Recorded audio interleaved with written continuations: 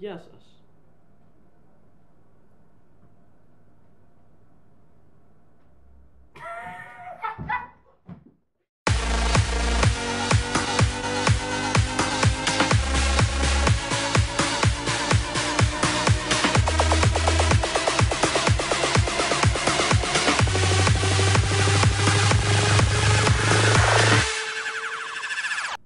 Γεια σας, Πούκ εδώ πάλι δεύτερο βίντεο σήμερα.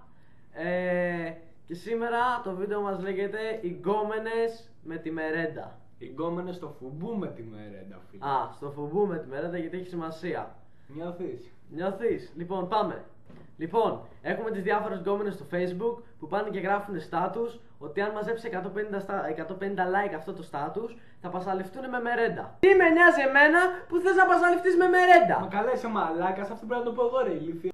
Δεν πειράζει τώρα, συνεχίζουμε. Λοιπόν, και τι σε νοιάζει εσένα, ρε φίλε, τι θες να έρθω να σε γλύψω, δηλαδή τι με νιάζει εμένα? Τι θες να έρθω να σε γλύψω? Τι τον νοιάζει αυτόν? Τι με νοιάζει εμένα, καλά τα λέει. Για μακαριόλα.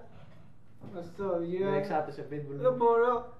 Ή αυτές που βάζουν σε σχέση με τη μερέντα.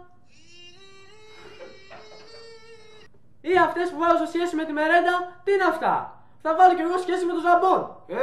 Τυρί νουνού. Φέτα. Δοδόνι. Ή αυτές που πάνε και βγάζουν φωτογραφία με τη μερέντα και λένε ότι είναι το πιο σημαντικό πράγμα της ζωής τους. Μαμά, μερέντα. Αυτό ήταν για σήμερα το βίντεο. Είμαστε οι Πουκού και θέλω ένα χειροκρότημα για τον Γκούφι. Ένα χειροκρότημα. Θέλω να δείτε για το σκετσάκι, για τον Μπούτσο σκετσάκι, αυτό που κάναμε Της εβδομάδας. της εβδομάδας. Το πιο ελίδο σκετσάκι, παιδιά, φιλιά.